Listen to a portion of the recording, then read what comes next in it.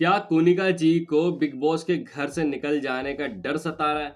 Hello दोस्तों, मैं हूं आपका जीशु और आज हम बात करेंगे बिग बॉस 19 के एपिसोड नंबर 66 यानी कि 66वें एपिसोड के बारे में, जहां पर कोनिका जी की एकदम फालतू वाली हरकतें देखने को मिली, पागलों वाली हरकतें मैं यूं कहूंगा कि देखने को मिली। जी हाँ दोस्तों, वो नॉमिनेट हो चुकी है और शायद उन्हें पता नहीं कौन सी टेंशन खाई जा रही है कि भाई मैं हर हाल में लगता है कि निकल जाऊंगी, घर से बाहर हो जाऊंगी, इसलिए मुझे उठ पटांग हरकतें करनी चाहिए।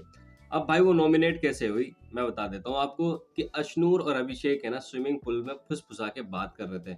बिग बॉस ने एक नहीं दो नहीं बल्कि तीन तीन बार उन्हें वार्निंग दी। अब भाई यहाँ पर अशनूर कहती है कि जो बात होना था भाई हमने कर लिया, ये मतलब इस तरीके से उन्होंने ट्रीट किया है कि बिग बॉस जो है गुस्सा हो गए। ठीक, उन्होंने बोला कि बैंड की जब तुम्हें फुसफुसा के बात करना ही है, जनता को वो बात समझ में आनी ही नहीं है, तो तुम यहाँ पर कर क्या रहे हो?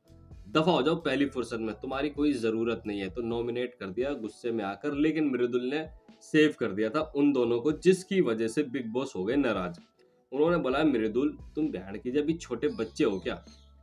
नहीं छोटे बच्चे हो क्या? तुम्हें मेरा गुस्सा दिखाई नहीं दे रहा है, समझ में नहीं आ रहा है? अब ऐसा है कि अगर तुम बहन की इन दोनों को सेव करते हो तो मैं बदले में पूरे घर वाले को नॉमिनेट करता हूँ। ठीक है, अब भाई पूरे घर वाले नॉमिनेट हो गए सिवाय मृदुल के, अशनूर के, अभिषेक के।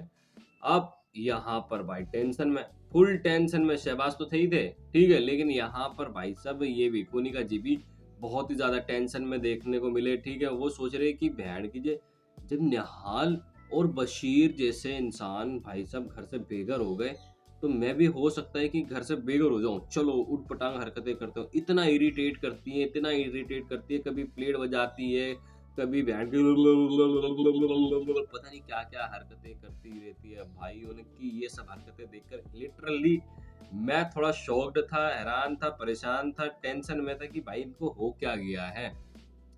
क्या इन्हें उम्र का वो हो गया है क्या? मतलब एक होता है ना कि एक स्टेज पे आकर भाई साहब इंसान को कुछ समझ में नहीं आता कि वो क्या कर रहे हैं, क्या नहीं कर रहे हैं, क्या ऐसा कुछ मतलब।